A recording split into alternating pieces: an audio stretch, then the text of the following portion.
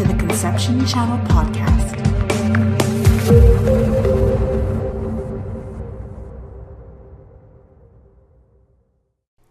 Hello everyone, welcome to the Conception Channel podcast brought to you by the Being Fertile program and Instill Reproductive Wellness. I'm your host, Spence, PENTLAND, and today I'm really excited to be able to speak with our special guest, Kathryn Flynn. Welcome, Kathryn. Thank you so much for having me. She's here today to help us all better understand fertility and food. This is a big topic, and you're going to want to listen in. Kathryn's such a great lady, and she's got a lot to teach and tell. So, but if just a little housekeeping, if you haven't already done so, go to the bottom of the podcast page on beingfertileprogram.com, subscribe. You'll be notified when new podcasts come up. You can also subscribe to Conception Channel on YouTube, Apple iTunes podcast. Leave a nice review too while you're there, and on the Instill Reproductive Wellness Facebook page. So anyway, I'm going to give you a little intro here, Kathryn, and if I don't do it justice, please please let everybody know. But Kathryn Flynn is the author of Cooking for Fertility, the Cooking for Fertility cookbook, and founder of fertilefoods.com, something you'll want to check out. She's trained in the healing benefits of whole foods by Paul Pitchford, author of Healing with Whole Foods, which is a Bible, basically. It is amazing. A tomb. It's such a great book. And it also worked extensively with Dr. Randine Lewis, author of The Infertility Cure, to help develop the Fertile Soul's integrative nutrition program for reproductive health. These are all shining things, Kathryn. Over the past decade, Kathryn's used both Western and Eastern nutritional therapies to guide her clients to greater levels of health by incorporating delicious whole foods, key word, regular exercise and relaxation practices. Kathryn's a contributing author at Fertility Authority, Fertility Planet, The Fertile Soul, Whole Pregnancy, and she's also a supporter of Resolve New England. She also runs a small organic tea company called Moontime Tea, which I'm excited to talk about. She's just telling me a story about labeling her teas, but this Moontime Tea for women, and she is from Southern Oregon, which we were just discussing. We're each claiming to be from the Napa of our state or exactly province in Canada. Good wine. Yeah, good wine. Yeah, exactly. A necessary part of life for so many. You just informed me though. We've known each other in the groups we run with for years, but you just informed me that you're actually Canadian by blood. Yes, from Ottawa, and proud of that. Ottawa, Canada. That is the capital of Canada for most of the people that probably don't know that. That's where Justin Trudeau, our fancy prime minister, exists. But anyway, so welcome. Thank you so much for being here. And this is such a big topic. And so we're going to go through some diet tips, from traditional Chinese perspectives, etc. But I like to always start with a bit of your story. We went through it, but is there anything else that really stands out, and how you got to where you are today, and what kind of you're passionate about and up to today? Sure. Yeah, it was a really interesting story about how I met Randine and kind of caught into this niche for fertility. Okay. And of course, I had my own issues with fertility from a very, very young age. I had a surgery, a left ovary removed. Okay. And there was some discussion there about how that would impact your fertility. I was 15 or 16 years old, definitely not thinking of having babies. Right. But it did impact the way doctors treated me because, to prevent cysts, they would say you needed to be on birth control, which of course we know has a lot of different effects to it from a TCM perspective, especially, and restoring healthy periods. Yeah. So by the time I met Randine, I was, I'll just tell you the full story. It's very quick, but Sure. I was living in a guest house in California, and the woman who owned the house was wanting to get pregnant. And she came in one day with a magazine and she said, what should I do? I really need to do something. And there was this retreats with Randine Lewis at spas. And I said, of course you should do this. Go to spas. And so they became friends. She brought her home to the house, and Randine and I were instant friends and kind of soulmates. And she took my pulse, was the first person ever to give me acupuncture and herbs. Oh, cool. And just correct, and also some dietary tips, some teas I could drink to kind of regulate my cycle. And I just saw it. I saw the amazing things that had troubled me for years that were then corrected with a little bit of Chinese herbs, acupuncture, and some milk thistle tea. Oh, yeah. So right. really saw the effects in my own body, started writing with Randine, became very passionate about the nutrition. I have an education background. You're right. And really just fell in love with the nutrition. Went to study with Paul Pitchford, Nice. who you said, he took 9 years to write that beautiful book. I've read Wow, it. really? I've read it about 3 or 4 times, Yeah. cover to cover. It's brilliant. Wow. He's amazing. Yeah. And went from there to create the Fertile Soul Nutrition Program with Randine. And that's how it all started. That is awesome. So, I mean, for those of you who may not know Randine, she is, she has guru status in the traditional Chinese medicine and the treatment of infertility world, which is a really rapidly growing and expanding field because of its obvious benefits that you and I aren't going to need to argue about at all today. So, but Randine's great. If you haven't heard about or of her, you can check her out as well. But okay, so fast forward to today. I know you do consulting, and what are you doing up to these days? So I continue to consult with patients one-on-one, specific to fertility, healthy pregnancy. I also do some webinars for a reproductive endocrinologist down in Texas who really believes about the power of nutrition in preparing for IVF, which I think is so wonderful to see because, 10 years ago, it wasn't so, right? And then I also, I have 2 small children and, of course, a tea company that kind of came based off of my cookbook and my research into beverages, and certainly in my one-on-one consultations, particularly telling people that coffee wouldn't be the best choice. Right. That's exactly it. That's where you get the biggest reaction, not my coffee. And coffee is so much more than just a beverage, it's a ritual. Right. Yeah. So I started to research herbs that would be beneficial for reproductive health to say, okay, well, here's an alternative. Right. And so that's how that was born. And it's been very fun to create those teas too. Awesome. So these teas are something that women can buy and just drink throughout their regular day. Are they specific to their cycle? Are they specific to their condition, like endometriosis, or can you tell a little bit about? Yeah, so there's a little bit of cross-correlation there. Originally, the idea was to balance the menstrual cycle with, the 4 different phases in teas. Yeah. But from a perspective of putting that out in the world, it gets a little bit complicated. Yeah.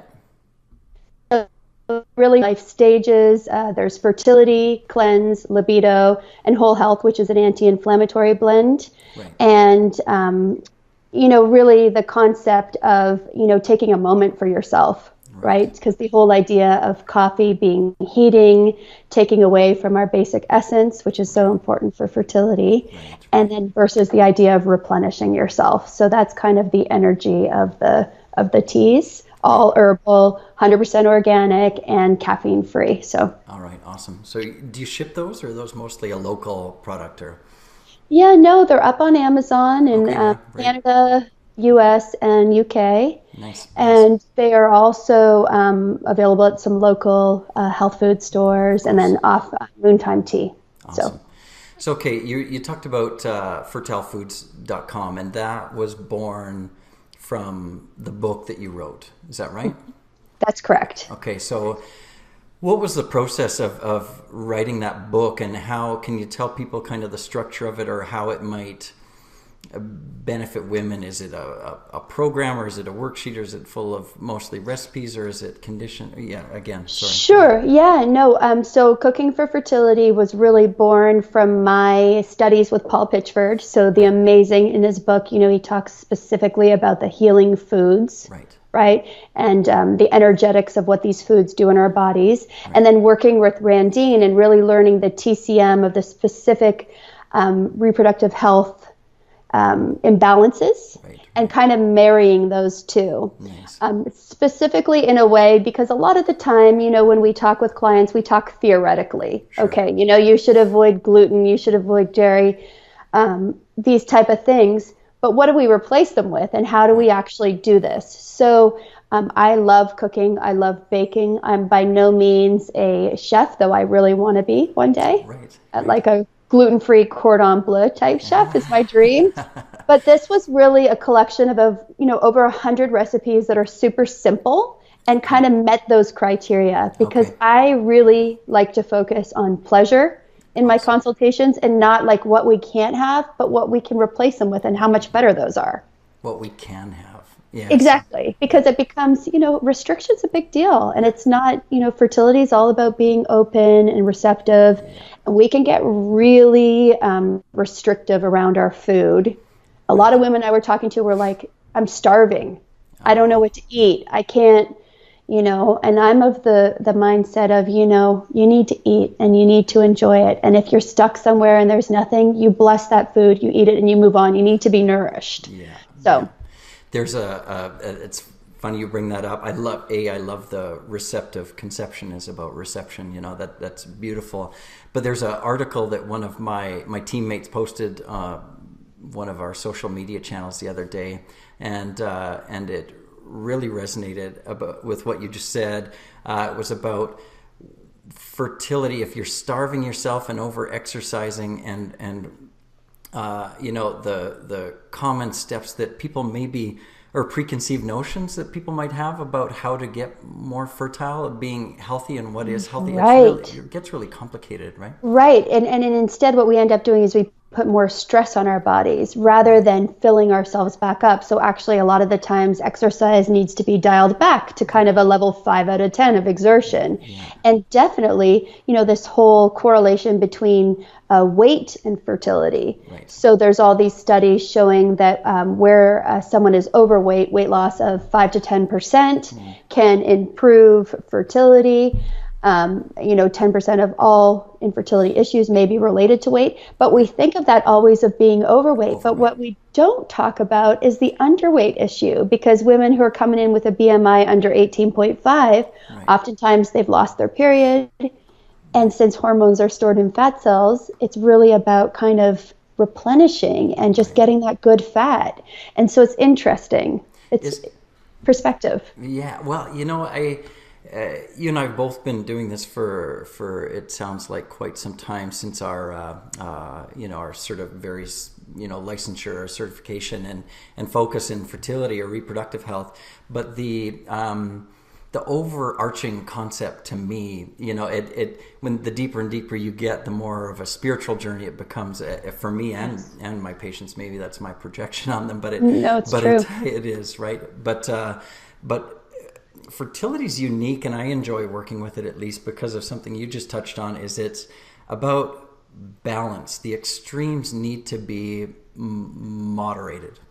Exactly. Too much or too little of exercise or proper diet. It's all, this middle road. It's kind of maybe a bit of a, without bringing religion in, a bit of a Buddhist path, of really moderating, and diet is massive with that. It's massive. And it's also, this phase, there's so much on the internet. There's so much out there. We have so much access to our fingertips of what we can fill our brains with. Right. We can get so overwhelmed. So just kind of coming back, food is a way, the food and the relaxation piece and the acupuncture, exactly what you said, coming back into balance, having perspective, and just, doing our best and making choices that actually feel like they're filling us up, rather than what is the perfect. Or what I should. Yeah. And I'm careful to always say that, like, know this, just framing it in a way that, this is a better choice because, and let your body feel it, you'll know. Mm-hmm. Isn't that the most important to me for diet? And I'm not going to oversimplify, because there's a lot to it, but really truly boiling it down to how you feel with what you're doing with your diet should be a primary focus in my opinion. I totally agree with you. And I think when people come from that perspective of filling themselves up and they actually start to enjoy the changes they're feeling, then it becomes a bigger picture, because they're literally not only impacting themselves, they're impacting the baby in utero, because we know the preferences for food are often formed in utero. And then all the way to the family dinner table, everyone around you is going to benefit. And just also knowing, nothing is 100% except maybe gluten, and we can talk about that for a while, because if you don't try that 100%, it remains in your bloodstream. But the idea we're talking about, we both live in beautiful wine country, so having a glass of wine every once in a while, can you get it, the organic, biodynamic, all that fun stuff. But sometimes, at a celebration, that's more important than saying, I'm just 100% and feeling that rigidity around it. So it's an important topic. Well, that openness. I mean, if you can't go to a great friend's birthday party and have a little slice of cake and a glass of wine or something, I mean, that's not open. No, and it can lead to a lot of other social dynamics, why, a lot of stressful, the pressure and the why not, this, that. So it's kind of weighing what feels good in the moment, and then allowing for these indulgences, enjoying them, and then, just going back to your regular 80% of the time you're doing great, 80 or 90%. So. I was just recently at the Canadian equivalent to the ASRM, the Canadian Fertility and Andrology Society meeting. This is where all the top brass in the medical field get together once a year, just like in the U.S. It's a much smaller event, but and discuss current events and issues and research and have some interesting debates. And a fellow was there who just did a sabbatical and wrote a paper with went to France, wrote a paper with another French PhD specializing in reproductive health, and they looked at wine consumption. Oh, wow. And they had a control group, which was really interesting, of smokers and not smokers. But all drank red wine in particular. And what they found after they boiled everything down, the only conclusion they could draw was that their red wine consumption, because of the lack of difference between the smoking group and the non-smoking group in egg quality, was that the resveratrol in the peels of the red grape in the red wine had a protective effect on the eggs. So if you're going to have wine, maybe red. I don't know. Make it red. So that's interesting. And I'm just on that. I've seen also some studies, some epigenetic studies that say that smoking can cause changes in the DNA in about 8 different places. Interesting. Sure. So preconception and things like that, which I thought was interesting too. But I do, the Italians, the French, they know how to enjoy life. And so I like to say, finding a way to do that with the whole foods, adding the healing benefits in, but having that approach to it of really just enjoying it. Yeah, because I'm sure you've had a lot of clientele, just like myself, that on paper are doing everything right, but the joy is gone because of, I call it hyper wellness. And too many tasks on the list each week that are good, air quotes, good for them, and there's not enough room left for the joy that you're talking about. Yeah, I think that's super important, just making sure the pleasure is there. And I talk about that too, because I go through relaxation techniques and I say, this is a toolkit, doing something every day that brings you peace and calm, but not over scheduling yourself to the point where I'm like, getting acupuncture, massage, foot soak at night, and then you're like, I need to, quit my job to be able to do this. And it has to be practical within the lifestyle too. Because, joy, just this is so huge because food is so huge, and joy surrounding food is a difficult concept, especially if someone's ever battled with weight. But joy, bottom line, is an outward sign that you're surrendering, and that is a state of being open. I agree. You know? I agree. Yeah, and I love the way Chinese medicine kind of looks at, the spleen qi. So we always address the spleen qi for the digestive fire, right? So with weight loss in particular, what I've noticed on that particular style of eating is that people generally get back to where they need to go without calorie counting. Right. So I'm not, I think like people have a lot of success with some of the Weight Watchers programs and all sorts of different things. Right. But as a rule of thumb, when someone comes to me and they're specifically asking, like, how many calories can this snack be? How many portions? Rather than kind of visualizing the plate, half filled with colorful, eat the rainbow veggies, grilled, cooked, steamed, a palm-sized portion of protein, then of course maybe some gluten-free grains if you're doing the grains. And I think that style of eating takes a lot of the pressure away. And I've just noticed people get to where they need to go, whether it's losing a little weight or whether it's gaining a little bit of weight. And I think that that's kind of fascinating too. Yeah. So there could be a surrender in that when you're, eating it according to your Chinese medicine diagnosis.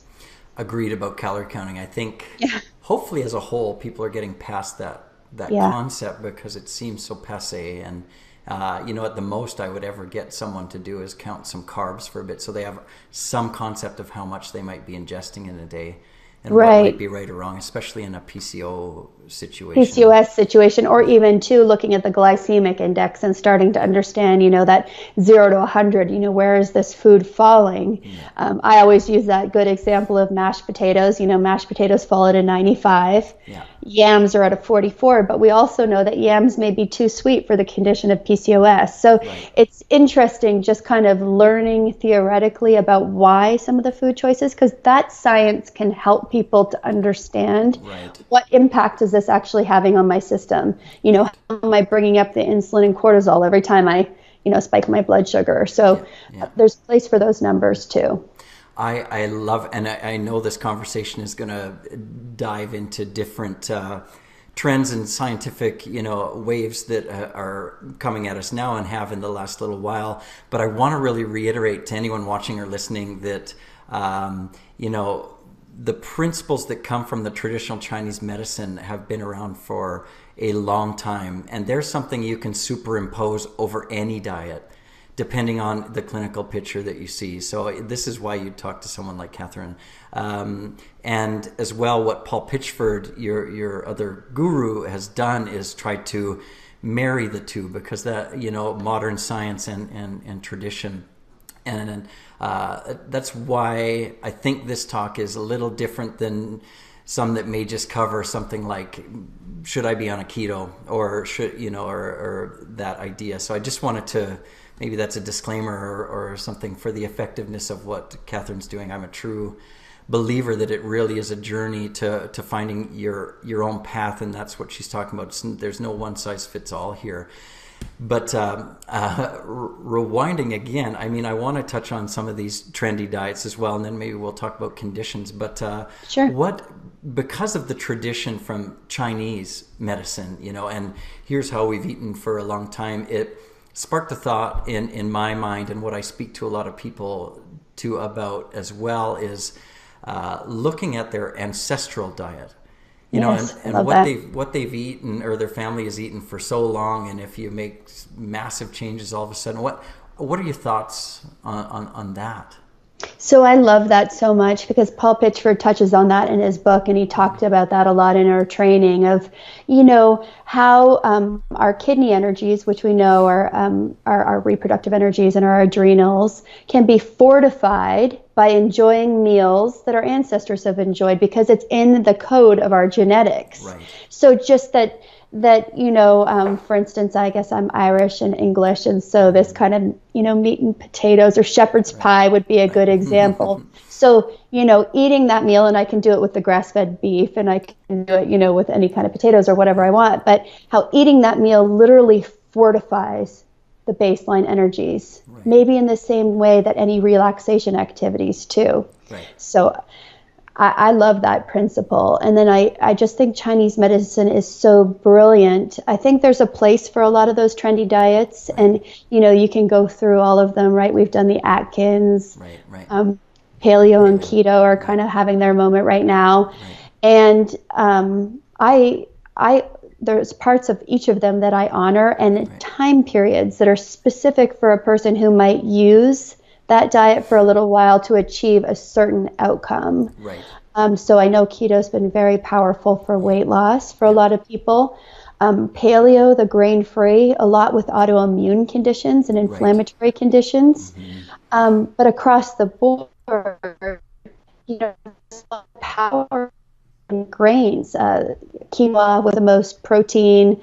Brown rice is one of the most studied foods ever. Vitamins, minerals, all of the things in it. So I just think we really have to look at it case by case of what we're looking to achieve. Right. The Buddha said, I eat cooked foods, grains for calming. Right. And, raw foods is very popular too, but we talk about that in Chinese medicine for excess conditions that need to be more detoxified. So it's really, what I love about Chinese medicine is like a puzzle, right? So you have a person that maybe has weight loss, fertility, autoimmune, and then you can pull all the pieces together based on the Chinese medicine diagnoses, what foods and what patterns will be most healing for this moment.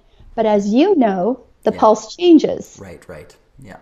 And time goes by. And time goes by. And then you have beautiful modalities like Chinese herbs and the acupuncture, and everything changes. So that's what we want to be seeing and then addressing. Right. So it's really truly individualized. And that's why, this timelessness, these principles are timeless, with superimposing these modern ideas. But the idea being that maybe for this person or that, like you said, the inflammatory conditions or autoimmune conditions which cause inflammation may be able to borrow a little bit from paleo, and reducing grains. The ketogenic diet, if someone wants to lose weight or I feel it's very powerful to steer some people away from a multiple meal snacking into those 3 solid meals, and there being enough fasting within each day or week so the body remembers how to utilize fat stores as energy again. So this what Kathryn's doing, or what I try to do, probably paling in comparison some. That's why I'm so excited to be here with you. Is to look at each person individually and find out what their path to fertile foods looks like. Yeah, and it's so fun, and it's amazing too then when you see them starting to feel different or achieving, nothing more frustrating than when you feel like you're doing everything perfectly but you're not losing weight. Right. So what do we need to look at the blood sugar balance often to kind of retrain the body into the healthy pattern? And you touched on that with the keto diet, this idea of the intermittent fasting, which I think can be a beautiful theory even applied to, how can we rest our body between like 7 and 7? Yeah. Right? Just giving even it 12 hours, yeah. Right. It can be simplified and kind of worked into the structure of it all. Right. But the idea of really finding what your pattern is, what your challenge is in, and what foods that you can use to restore a balance in the body. And that's what I think TCM dietary therapy does so beautifully, oftentimes in conjunction with the acupuncture and the herbs. Yeah. I've seen incredible miracles. Yeah. Yeah. Awesome. It's holistic, so no stone left unturned, even exercise. But as far as if, exercise is extremely important, but what's your feelings on the importance of diet versus exercise if there is weight loss that needs to occur to maybe restore hormonal balance or fertility? Right. So I always approach clients kind of 3-tier approach, and I've always learned Paul Pitchford was very, very serious about this. Okay. That you always look at it first in terms of relaxation response, awareness practices, then exercise, and then food specifics, because from a strong awareness practice and a good exercise program, it's so much easier to make good choices with food, right? We've already kind of met halfway with the battle to balance. Right. And so I think that when I talk to people, I say to them, in your lifestyle, you go through your day and you're handing out some of your essence every day for the activities you do. Right. And so are those activities heating or cooling, right? Okay. And we all have both in our life because we live in this world. Right. So the idea is to match the heating activities with more cooling activities, because oftentimes, the internet, the pace of life, over-exercising, not eating enough, not getting enough sleep, that's all heating. That's all sapping your reproductive energies. Right. So how can we use awareness practices, exercise to replenish you? Right. And that's back to that idea of kind of, not over-exercising, really, and what's interesting, Spence, is sometimes people will lose weight more when they scale back from running and they start walking. Right. Because their body is no longer in that fight or flight, and the cortisol goes down. Cortisol is a fat depositing hormone. Right. So it's interesting though, because we've been trained, hard, exercise hard, we get that sweat, but it's a little bit like drinking a coffee. It's kind of a false endorphins, and eventually there's a crash. So how do we moderate that? And some people don't like to give up their running like they don't like to give up their coffee. Right. And I also am very respectful of that because joy, right? Yeah. So how can we moderate it? How can we, maybe this isn't the time to run a marathon, but maybe scaling back to something is just enough to get your body to relax. So make it aerobic versus cardio or something. Exactly. Heart rate. So I love that, and that's a good message that exercise as well can be a lot of stress on the body. And bottom line, we are an animal, and animals under extreme stress generally have mechanisms built in to minimize resources to reproductive function. Right. And we go from that up here, that fight or flight, which primarily moves resources to the heart, lungs, brain, and big muscles, to feed and breed, which is basically a switch in our nervous system, and why acupuncture, my opinion, is where acupuncture's strength lies, at least, primarily. Absolutely. And so to feed and breed, so we get pull nutrition from food, and that nutrition gets delivered to the developing eggs and follicles and uterine lining. Yeah, I love acupuncture. My first experience, and I joke about this because I was always like, why would people get acupuncture? Why wouldn't they get a massage? I just don't get it. Right. And then Randy gave me acupuncture, and it's the first time I had that feeling of literally dropping into the table and truly feeling the relaxation response. And as I joke also too, for people who are like me that, just wanted to run every day, and then it also keeps you still because you can't move because the needles are in you. And I know you have patients like that, right? I talk to them and I'm like, I know exactly, because I was exactly like that. And acupuncture, for everything, the blood flow to the uterus and ovaries, of course, the implantation support, all of these things are even more corroborated by research now too, which is helping more people to have access to it, which I love. Yeah, it's great. It's great. So spinning back to some of these different styles of eating, when might be, because sometimes diet is an ethical choice, such as vegans or vegetarians, and when can that be beneficial for some, or what type of people? When can it be detrimental or have maybe a negative effect even on reproductive health? Right. So we see kind of both sides. So you'll have a person that comes in with excess symptoms, so really robust, red, overweight, oily skin, or an excess condition that maybe would be a cancer or something showing up like that, where,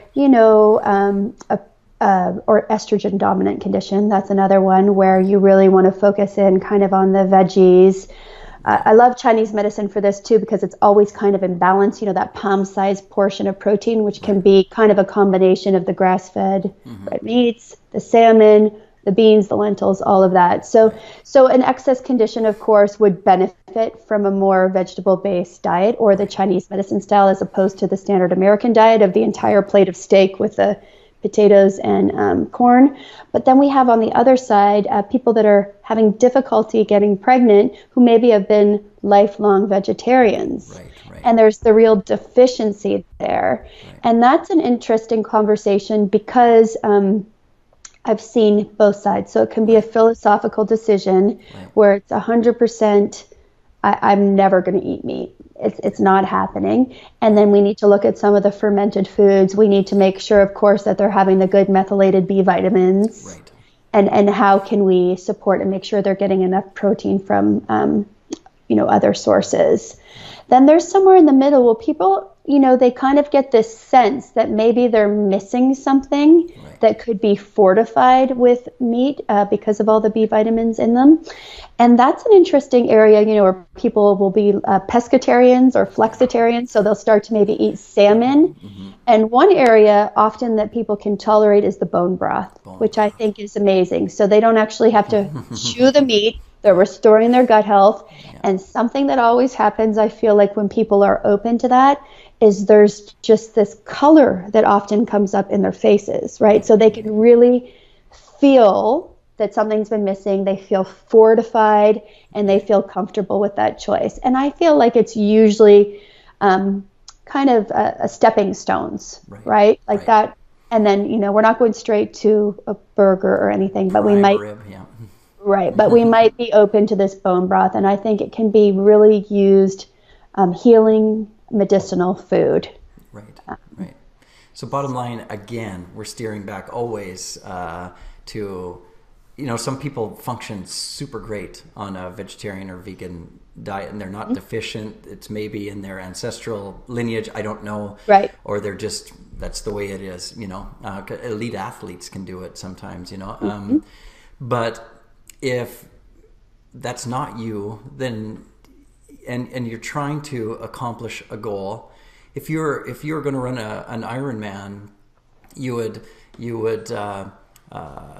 adhere to certain principles that would get you to that goal. And fertility is the same, but it's very individualized. So if there's something that you need to change to accomplish this goal, you can revert back to your ethical or however you want to be maybe afterward, because you want to teach your children or whatever it is for you. But sometimes you need to maybe make steps that are a little less comfortable. Do you find that? And that's the I do. Yeah. And I think it can go either way because some people are just so committed to that path. And then we really have to look at, how are we supplementing and how are we using those, fermented foods and the Chinese herbs, and that can have wonderful impact too in the same way. But you can feel sometimes when people it's cravings. We're built in with these cravings. They increase in pregnancy. Aversions and cravings. They keep us safe historically to what is good food and spoiled food. But that's inside of us. So when we get back into balance, we can start to feel what our body is craving. And, as in your practice, I have a lot of women in first trimester or even premenstrually who are like, I don't know, I just want steak. I just want a burger. And that is your body, wanting those vitamins, the iron in pregnancy, definitely the additional blood volume. It's a requirement. So if you're not willing, if meat is not your thing, if bone broth's not even your thing, we just have to find what is to fortify you in the same way. Yeah. That's where Chinese herbs often are quite powerful. But one of my favorite Chinese teachers, when I was being educated back late 90s, he always said, your body's your best friend. Listen to what it's telling you. Yes.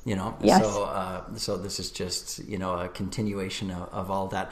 Chinese medicine largely is deep observation of the human and the patterns that it's displaying to the outward or to the external world and within. And so the job of a Chinese medicine practitioner is to observe that person very, very intimately. We don't run lab tests, or generally some people bleeding into functional medicine might, but we watch the human primarily. And it always makes me happy. I read, journals of endocrinology, and often at the end of research in the discussion, it commonly says, but clinically you still need to step back and just look at your patient and see how they're doing. And I love that. So can you, if you want to touch on that, that's great. But I also, just as a takeaway for people, if you're listening to yourself, it's like, well, how do I do that? It's when you eat something, or when you're going through your days and you're eating a certain way, what kinds of things should you be watching for that, and what are they telling you? So this is what's interesting. So that's why doing an initial consultation to kind of say, what do I need to do? Like, what is my plan? How do I decipher through all this information I'm reading? I'm kind of on overload. That's oftentimes when I get people. And so I go through, okay, well, here's your diagnosis. Here's some of the things you need to do. Here's some of the replacements.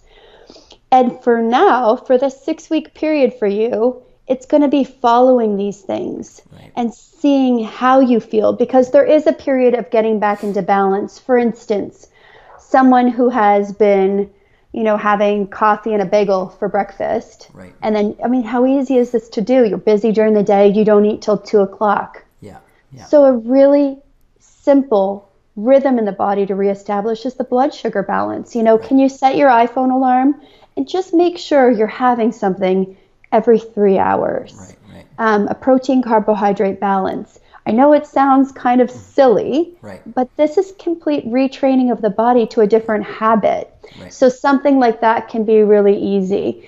And then I feel like after 6 weeks, so the gluten is the big thing. That's the thing I say 100% of the time, because it'll stay in your bloodstream, and we really want to see how this is impacting you. So things you may have never noticed. I know when I gave up gluten, I had one of the lab tests, one of the intolerances, I gave it up. I thought I had this neck thing from a car accident. Well, sure enough, 6 weeks later, the neck thing's gone. So the inflammation from the gluten was aggravating that condition. Right. So, but I would have never known, right? I wouldn't have correlated the two because I had a different story about it. So what I describe is, after the 6 weeks, okay, no big deal. We all, have an accident and eat something that's gluten. It's in a lot of stuff. Yeah. You're going to feel it. You're going to feel it like a food hangover. Right. And that's how you're going to know.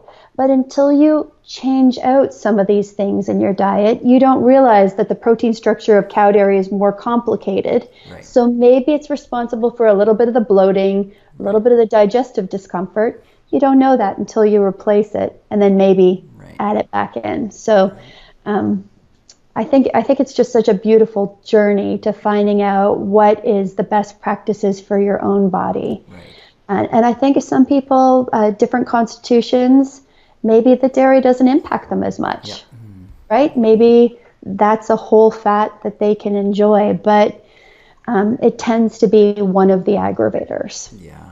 Well, it's also this.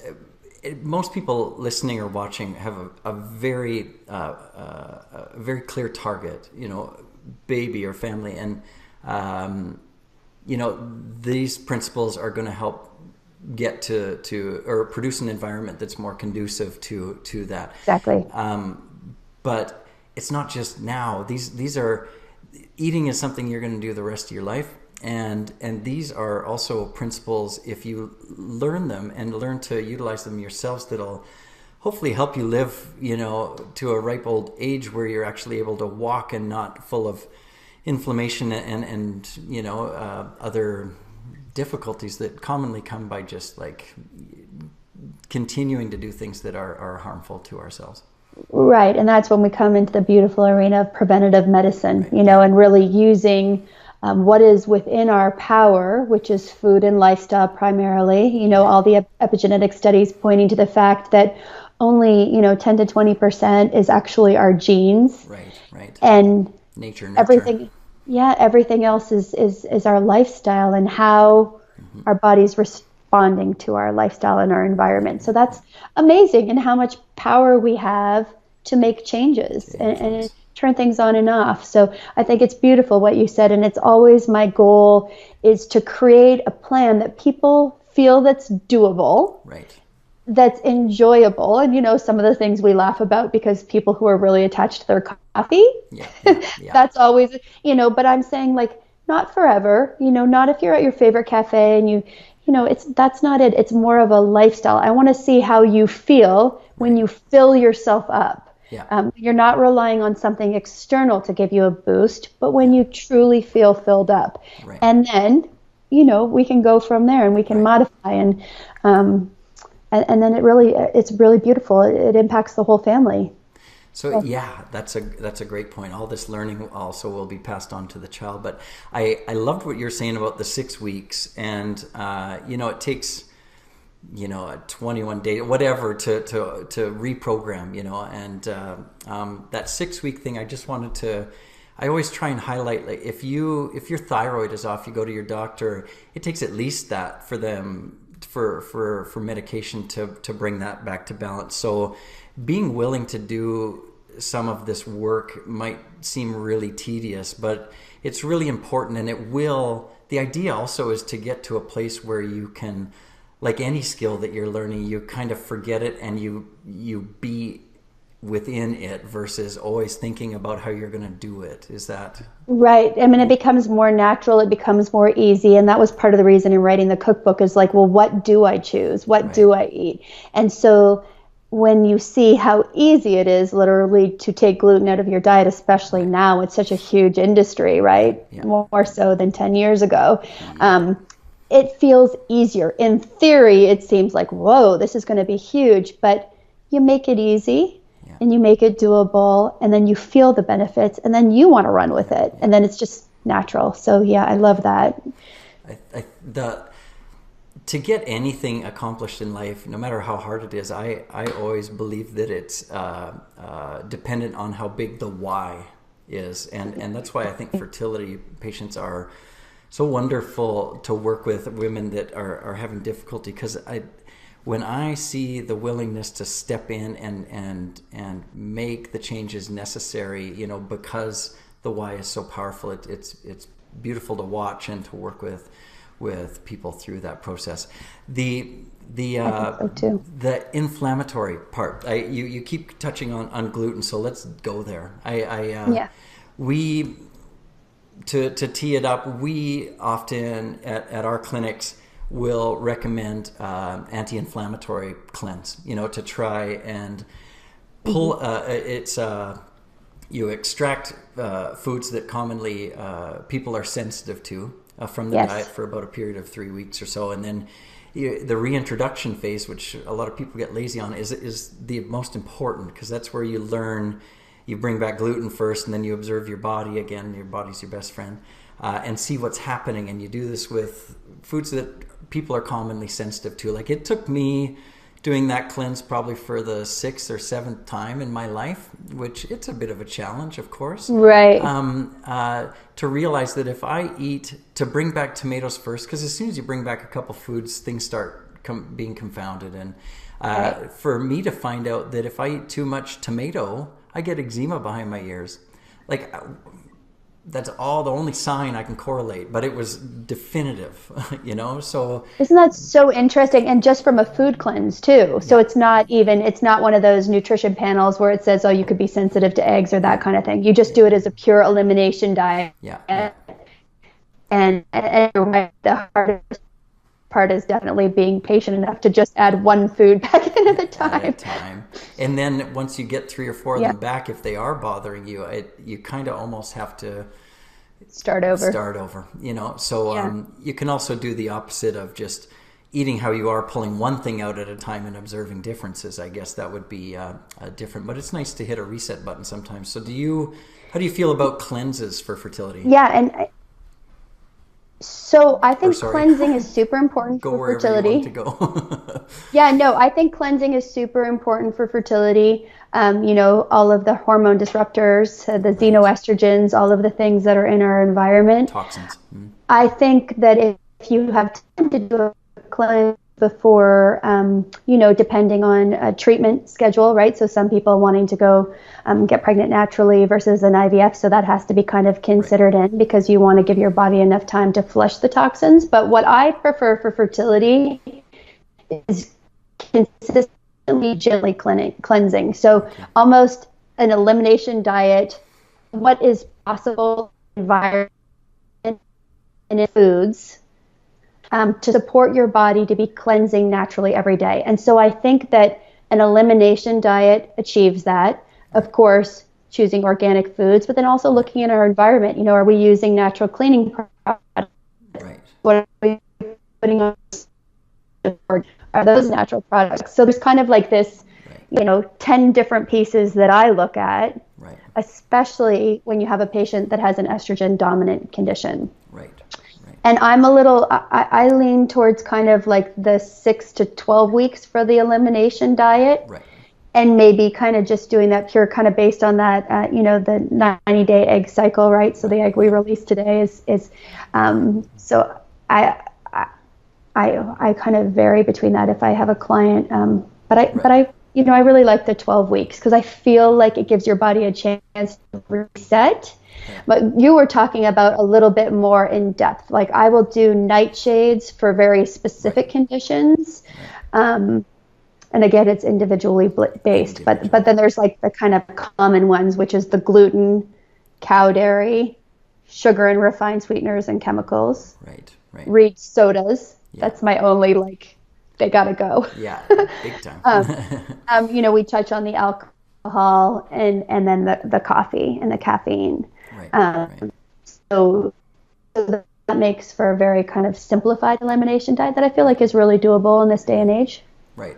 And individualized. Again, some people to cleanse, if you're talking maybe in more of a deficient versus excess state, and that's a Chinese medical term, but very robust versus maybe, a little bit weaker. Cleansing may not be the first choice. Right, and I think we can agree that a lot of the fertility patients, even if they have some of the excess conditions, that they always usually have an underlying deficiency. So the analogy Paul Pitchford used to teach, which I absolutely loved, and let me think if I can say this correctly, but it takes a really long time to build a house and one match to burn it down. Right. So interesting. So really focusing on that, and my mantra always with my clients, am I replenishing myself? Am I nourishing myself? How can I build myself up? So oftentimes it is just a case of am I eating the rainbow? Getting all the vitamins, nutrients, antioxidants and minerals so that my body is gently cleansing. Am I drinking enough water so that the filtration system of the kidneys can work? Right. So these minor tweaks that are still working on fortifying, but at the same time cleansing. And of course, there's more in-depth cleanses with drops and, that pulled. So that's kind of where it comes into being an individualized decision of, what's our timeline? What do we need to achieve? And, and how does that look? Yeah, I like that. Just stepping into an IVF, obviously, you don't want to do a cleanse. You don't want to change anything too drastically. But just timing also being extremely important. And the need as well. But I want to be respectful of your time. I know we've been chatting for a while, but could we fire through commonly seen reproductive health conditions such as PCOS, endometriosis, recurrent pregnancy loss, maybe even male factor, advanced maternal age, unexplained, and you have maybe 3. Obviously, people are going to have to come to you or Fertile Foods or to read your book to gain a deeper understanding, or the individualized understanding of themselves. But overarching, 2 to 3 tips to start people off. Sure, I love that. So endometriosis especially, so we think of that as an estrogen dominant condition. So that right there, the anti-inflammatory diet. Right. All the way. Also a super important one to be thinking about those gentle cleansing. How can I remove toxins from my system? How can I remove toxins from my environment with some simple tweaks for those xenoestrogens, the soys, all of those things that could be mimicking the estrogen receptors. Right. PCOS, of course, and PCOS, I really love working with food-wise and nutritionally because I feel like you can see big changes. So here we're talking a lot about blood sugar balance, insulin resistance. So really looking at how we're eating throughout the day. Right. Are we eating regular meals and snacks? Are they carbohydrate, protein balanced? Right. That's a huge piece, right. lifestyle-wise, with PCOS. I'm trying to think what you were next. Does that apply to both an atypical, or I hate that term, but women with PCOS that are slimmer and women with PCOS that are more tend to overweight?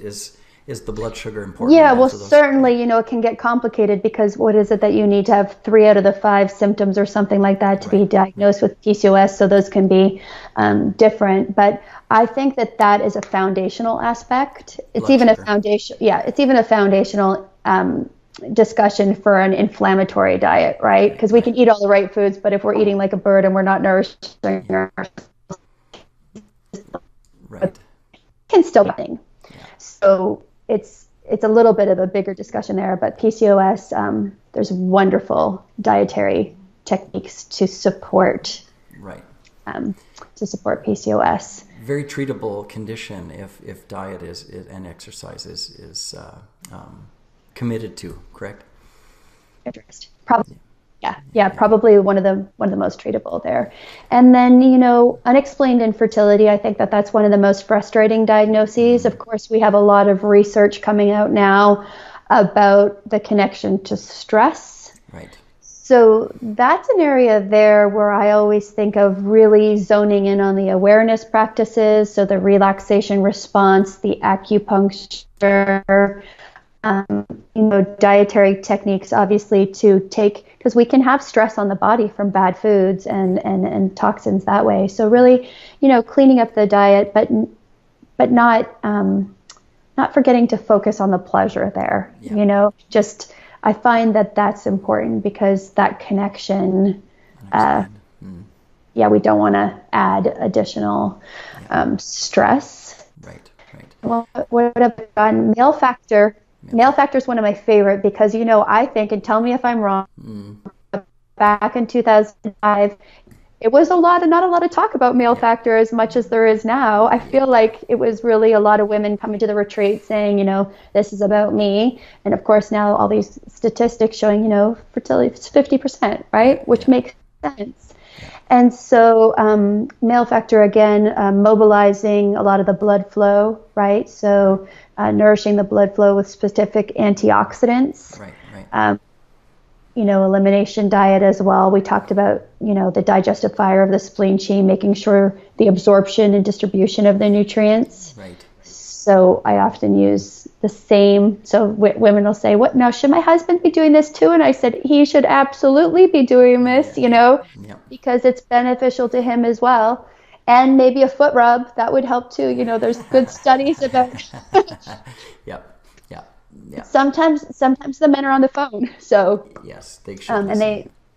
But the social support, right? If not having to cook, whoever's doing the cooking in the household, there's beautiful studies that show the benefits of having the social support and doing it together. So that alone, and again, whether it's a motility, morphology, count issue, there's specific, of course, supplements that can be added in and that.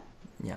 So So last two maybe recurrent loss and advanced maternal age or egg quality specifics. Anything? So recurrent loss. So my biggest thing with that is always to look, and there's different genes now, but something that's coming up a lot more often, and I know you probably see this in your practice, but is the folate, right? So is the form of folate that's being taken, is that test being done? And I'm not sure that it's easy to get that MTHFR test in Canada, but such a correlation, especially with the recurrent loss.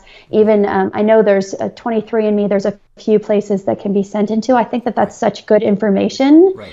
And then, of course, everything we talked about fortifying the essence. Right. So how can we build up the essence with specific foods?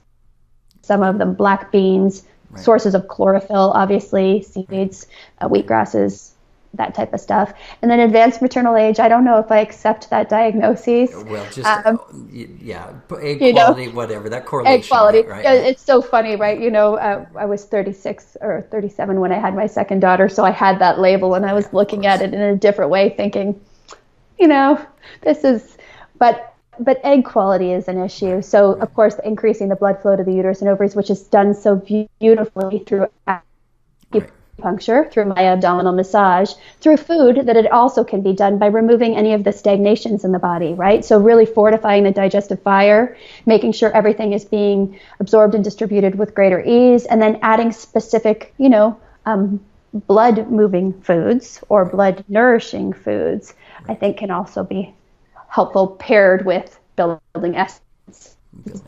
Essence. That makes perfect. I thank you for those a little bit rapid fire, but obviously each one is individualized. These diagnoses are a Western medical concept, and we are always viewing each individual that comes in as a unique person and treating accordingly. But thank you so much. I'm gonna let you get back to your day, but we should, there's so much more we could talk about, and we should have you back on the show to talk maybe about each of these specific diets, each of, from PCOS to keto to veganism to carnivorism to I would love that. Cool. Thank you for your time. But before you go, what resources do you have, and where can people find you? Yes. At fertilefoods.com, and for those, did we hear me? Did I cut out here? So fertilefoods.com is where you'll find all. Yeah, you can find all my information about my consultations. I'm on Instagram a lot too. I really like Instagram for sharing resources. And then, of course, Moontime Tea if you want to learn more about the teas to support women's cycle. What's your Instagram handle? It's Fertile Foods. Fertile Foods, at Fertile Foods. Yep. Okay. Kathryn Simmons Flynn, fertilefoods.com, moontimetea.com, and at Fertile Foods on Instagram. We'll put all these links in the show notes, should be, if you're on beingfertileprogram.com podcast or conception channel, it'll be below. And thank you again so much for being here. And thank you so much for having me. Yeah, we'll get you back on real soon. Great. I'll look forward to it. I hope you have a great day. Thank you. You too. Kathryn. Thank you so much.